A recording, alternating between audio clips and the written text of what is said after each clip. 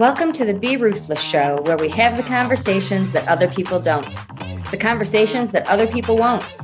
I'm your host, Sam Ruth, and I'm ready to make a lot of noise and disrupt things, ruthlessly. Thanks for being here today. Now let's get to it.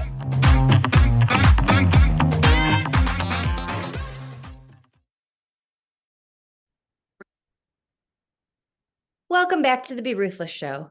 I'm your host, Sam Ruth, and we are officially in March. It is gorgeous in Colorado. We are approaching daylight saving times. It's staying light longer. I feel like winter has ended. What is it like by you? Where are you tuning in from? Are you listening live? Are you listening to the replay? I want to know. Before we get started today, I want to send my love out to everyone in the NFL world affected, all friends and family of Chris Mortensen, who passed away yesterday. He has been sick, and many might have known that it was coming, but even when you know it's coming, that doesn't make it easier or less painful. And I want to address that. I was asked in an interview recently about the difference between anticipated grief and unexpected grief. And I don't think either is less painful. You just get to prepare for one. And so I certainly don't know Chris Mortensen personally, but I am someone who just feels deeply. And even if I'm driving by a serious car accident where you can tell there's been major injuries, I'm affected. If for hours, maybe even a day or two. I'm one of those people who just feels deeply. And there are a lot of us out there in this world, and the world doesn't discuss it. The world doesn't teach us how to handle or process those types of feelings. And the world doesn't teach the rest of the world how to navigate what to do, how to get through it. When we experience any type of trauma, any type of serious issue, maybe you were in a car accident, maybe you were just homesick and you have to go back to school or work and you're behind. That's a big deal, and you're overwhelmed. The world doesn't teach us how to handle that, whether you are the student or the teacher. I have both of those people as clients. And the world needs to address it so that we are better prepared as individuals and as leaders. So here's the facts. When we go through something, we do not come back and function the same as we did before, period. And we need to make adjustments after the fact, and those adjustments are different for each and every one of us. So I can't give every school and company a list of what to give people when they return from sick leave, from bereavement, from a car accident. It's different by person. And I can't tell you what you'll need because you need to figure it out as it's happening. And I can't tell you if you will be able to speak up or not. You'll need to figure that out. This is the reality. And no one will understand it until it happens to them. And we don't wish that on anyone. So The bottom line is that speaking up is difficult for the majority of people. Most of my clients struggle through that. Many of my appointments are discussing how to do that or scheduling appointments with me there to have those conversations. And that is a strength. It is a strength to know that you need someone qualified in a meeting to tell your people what adjustments you need so that you get them.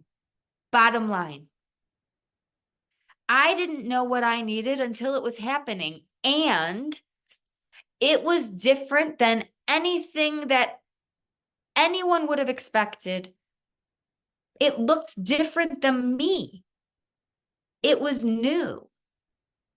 I didn't recognize it. And I had to say to my friends and family, please just support me through this. I understand that it doesn't look familiar. It's unfamiliar to me too. So recognize that people are struggling. It's invisible, and they might not be able to speak up. It's the people, the teachers, the principals, the corporate leaders. It's their job to ask the questions.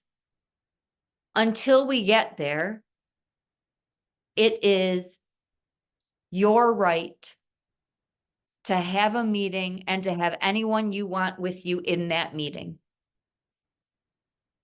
And it's my job to help you learn how to speak up. And down the road, you'll be ready to do it without me there. That's my long-winded side note. Again, my heart goes out to everyone in Chris Mortenson's world, friends and family. Many people are struggling and having to work through it today, right now. People get 1 to 3 days off if they've lost someone in their immediate family. I could not have functioned. I took almost 2 years off, at least, and I still was not okay. So recognize that when people come back, they cannot function the way they did before whatever they went through. Getting the flu, losing someone, car accident, whatever it is, when they come back, they might need some adjustments for a short period of time, maybe forever. And it's up to us to accommodate that. What I want to talk about today is the fact that it is National Words Matters Week. You've probably never heard of it. I talk about all sorts of awareness days and weeks and months that people haven't heard of because they matter and we should know about them. If we do, we can pay attention, be there for each other more, make this world a better place. We know about Hot Dog Day and we can all go out, if we're not vegetarians, and get a hot dog or laugh and celebrate the fun days. But these are days where we can do more to make a difference and pay attention to how we treat each other. And more importantly, or as importantly, how we treat ourselves. So what is National Words Matter Week? It's the first week of March. It started back in 2008 and it began with writers because people were putting things in articles in print that, was there forever, that could offend, make an impact, and they wanted to devote some time and attention so that writers would pay more attention to the words they put in print because it lasts forever and words matter. It has grown into more than just print. It has grown into an entire week about awareness that we can pay attention to the words we not only use in print, but the words we say. And the most of the world focuses on the words we say to each other. I want to add to that and focus on the words we say to ourselves, because we're our biggest critics, let's be honest.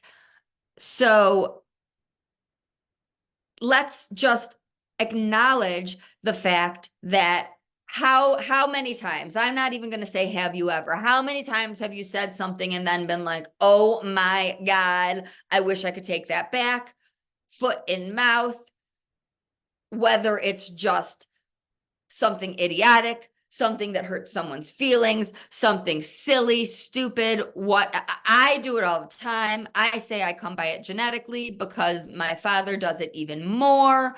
You know, we've all done it.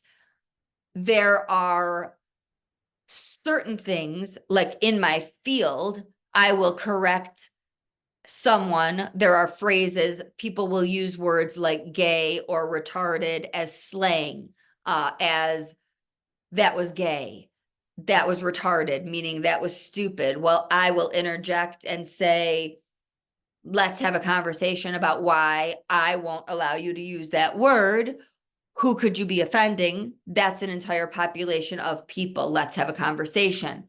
So words matter, in my opinion, in that way. We could be offending people. Words matter. How many times have you heard a parent or a teacher say, it's not what you say, it's how you say it?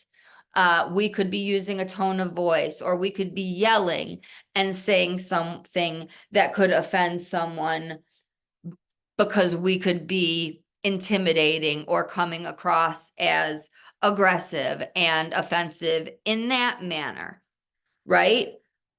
And this, by the way, I'll go back and say this goes across all languages. This is not just about one language, right? This is universal. So we can have fun with this.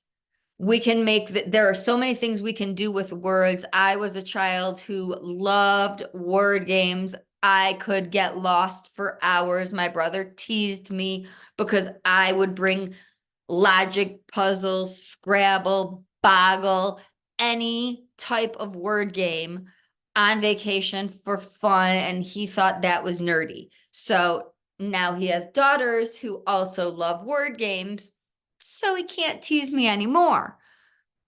But what type of words do you love? What type of words make you smile? What type of words hurt you that maybe other people don't even know? There are things that we call triggers, right? There are things that people might say that they might not even know, right? So words matter. Are there things that we need to tell people? Are there things that people in your world need to know so they know not to say? I work with people who have been through all sorts of things. So there are absolutely topics and conversations that I will have rules that A, B, C, D, and E are not going to be discussed, right? If I'm having a substance abuse group, we're not going to glamorize or talk about drugs. That's not happening. I can't control the fact that there are commercials and signs and that's in the world out there. But in my world here, those words aren't going to happen, right? Because we are working on a drug-free culture. What words trigger you? What words bother you? There are some that maybe people think everyone knows. I had someone say to me, I figured you would know. Well, there are some things, I guess, we figure as a world, everyone knows there are just things that we can't take for granted, and we have to let people know. I don't know everything, or I don't know things that I can't see. You might not know that I'm Jewish. Some people think that you can tell if someone's Jewish. I don't agree. If religion matters, and in this world, to many, many people it does, then that's something we have to let others know. And if someone's choosing to work with me, we can tell if I'm a male or a female. That's obvious. People know if they want to work with a male or female, and they can see that. And Samantha is female, but Sam, I go by Sam a lot. So I might have to let people know I'm female, right? Religion, might have to let people know. Do people need to know political affiliation? Does that matter? What do we need to let people know and not know? Those things are choices, preferences, but words matter. So what words are offensive to you? Do you need people to know? Please don't say this to me. I've been called short, shrimp, midget. I've been teased in a loving way my whole life about these things. Absolutely does not bother me whatsoever. But there are some people who that really would bother. And so those people, I would say, words matter. You need to let people know those are off limits. Those are bothersome. Those are hurtful, because those aren't swear words. Short, we don't know that that's a bad word, right? We know certain words are bad words. That isn't one that everyone knows is a bad word, right? So why is this important? I work with my clients on, I call it labeling our mood, our behavior, labeling things. So I will say, when I call you, sometimes, not every time, but there are certain types of calls with people. And when my clients have this type of a call, we can label it.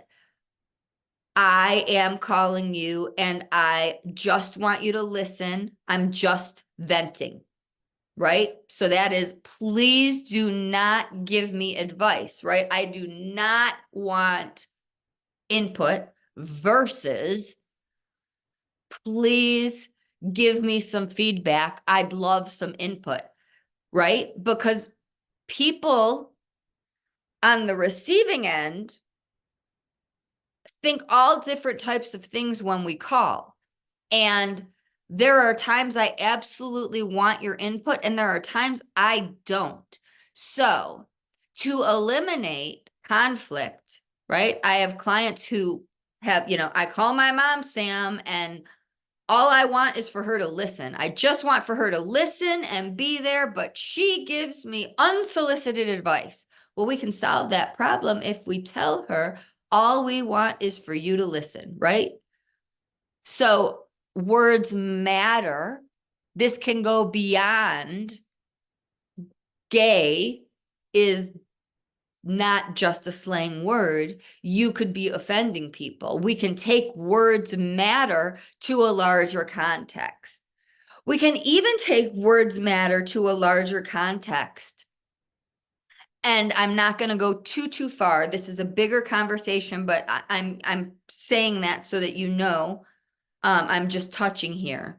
But there are different types of communication.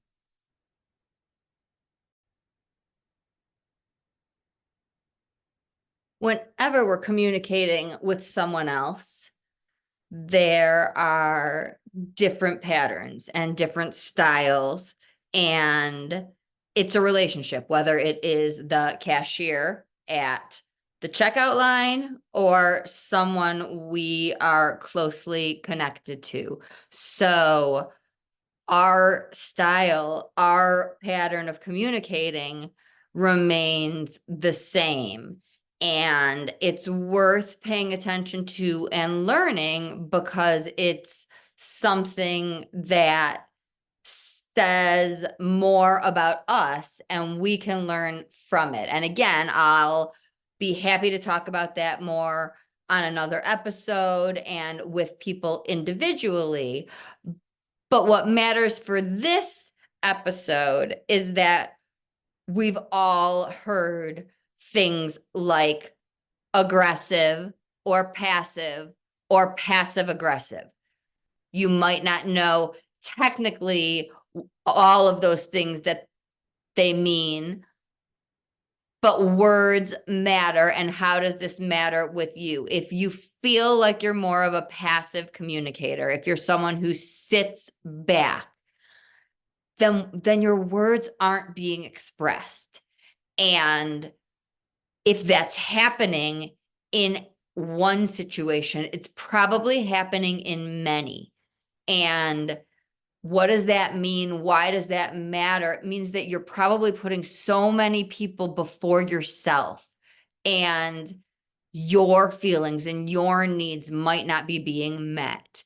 And what did I say early on in this episode? That words matter. Of course, it matters how we talk to other people, but it also matters as much, if not more, how we talk to ourselves. So even if you want to start with practicing in your mind, in your journal somewhere, with how you talk to you, what words can you say to make a difference, to start having a voice? Again, doesn't have to be out loud or in an actual relationship, but you are silencing and not expressing your needs, your feelings. Aggressive communicators are putting their needs before others at the expense of others. Their voice, their words are being heard more, right? Your feelings, your thoughts, your words, your style of communicating comes in a way that other people's needs, feelings, words might be being silenced. So for the purpose of this episode, maybe consider, it doesn't mean that you don't care about them. It doesn't mean that you really feel that way. But when it comes to communicating, maybe you can think about how can you think about what words, or how can you ask about their words? What words might they be wanting to express? And what words can you say to yourself? Again, I'm not saying you're an aggressive human.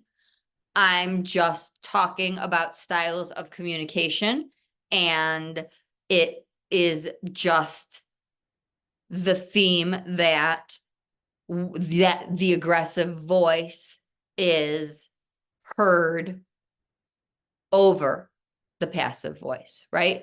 So I'm not going to go into all of those details. If you want to talk more about it, you can reach out anytime, sam@samantharuth.com. I want to repeat that you can reach out absolutely anytime. You do not have to work with me to reach out, ask questions. If you need help getting connected with some other resource, please. I posted last week that I saw a conversation where someone was saying she had a 4-month wait list to get help, to get an appointment with someone. And of course, I reached out, commented, connected, but I was disturbed. And so I posted, like, that's not okay. That would not happen with Grief Hab. Please reach out. You don't have to work with me, blah, blah, blah, all of the things. But somebody in my social media network commented and said, that's nothing. In Australia, it's years. Like, this is not okay, people. I know that when we're told something by a higher up, by a doctor, by a professional, we believe what we're told. We don't know anything different. Please ask. Please reach out to me. There are other ways. It's not your job, it's mine. It should not be your job. Professionals should be doing it for you. You just don't know how to find us. So if you have a crazy wait list, if you're calling people and not getting calls back, I apologize on behalf of all of those out there that are overworked and unable to get back to you. Let's see what else. I am doing a Relief from Grief workshop on March 12th. Please register. It's free. Share the link with anyone who needs some relief from grief or wants to learn how to support people dealing with grief. If you're listening after March 12th, you can still sign up and get the replay or register for the next live event. I do it every couple of months. What else? Ruthless in the Rockies. There's a new program I am starting. It is group plus one-on-one. Why choose? Some people want both, don't know which. This is a little bit of both. It is group every week, one-on-one with me, working with 6 to 8 people at most. It's not the type of group you can pop into. This is a group you're committed to working with every week and working with me one-on-one. Team Ruthless, on the other hand, I've changed so you can join us Wednesdays when you want to. That is more of the join us when you can. If you can't, no worries. That's every Wednesday, every holiday. Until next time, thank you so, so much for being a part of my world. Until next time, always be ruthless.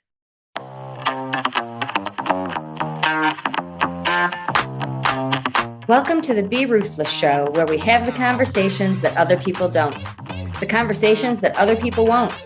I'm your host, Sam Ruth, and I'm ready to make a lot of noise and disrupt things, ruthlessly. Thanks for being here today. Now let's get to it.